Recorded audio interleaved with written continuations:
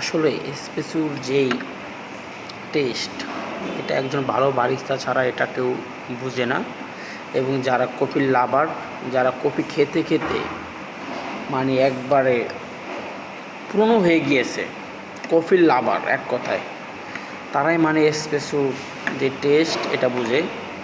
আমার দিনের শুরুতে যখন আমি ডিউটিতে শুরু করি তখন এর ডাবল শট একটা এসপ্রেসো লাগবে এবং সারাদিন মানে এর ডাবল শট সিঙ্গেল শট মিলে 3-4টা খাওয়া হয়। তা না হলে শরীরে যেটা এনার্জি, এটা আসলে আমি পাই না। এটা যেদিনকার মানে কম খাওয়া হয় সেদিনকার শরীরের ভিতরে মানে কীরকম লাগে যেন শরীরের কোনো কাজের এনার্জি পাইতেছি না, মন মানসিকতা ভালো লাগে না, সব মিলিয়ে। যাক, আজকে আমি এসপ্রেসো টেস্ট করব।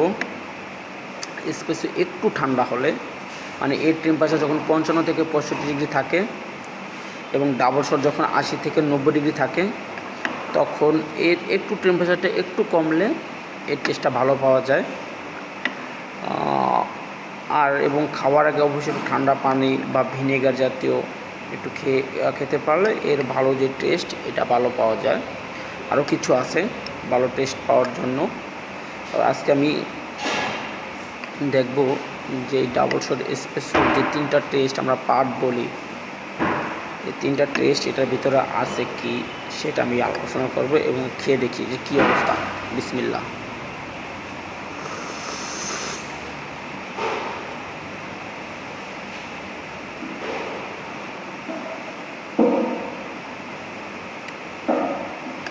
হ্যাঁ, তো মোটামুটি ভালো। আশা করি আর একটু ভালো হওয়া দরকার ছিল। মানে বিনটা কেমন যেন একটু পুরনো পুরনো লাগে, এর জন্য মানে মনে হয় একটু সমস্যা হতে পারে। যাই হোক, সব মিলিয়ে মানে 10-এর ভিতরে 8 দেওয়া যায়, যেটা যদি আমরা মানে নাম্বার হিসেব করি 10-এর ভিতরে 8 দেওয়া যায়।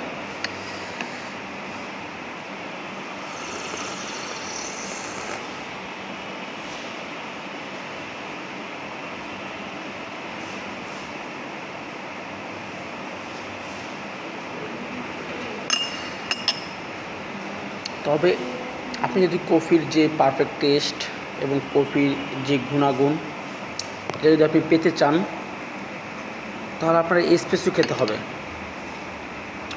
এসপ্রেসো ছাড়া অন্য কোনো কফি যদি আপনি খান তাহলে এর টেস্ট, এর গুণাগুণ এটা আপনি পাবেন না। যারা কফি লাভার, কফি ভালোবাসেন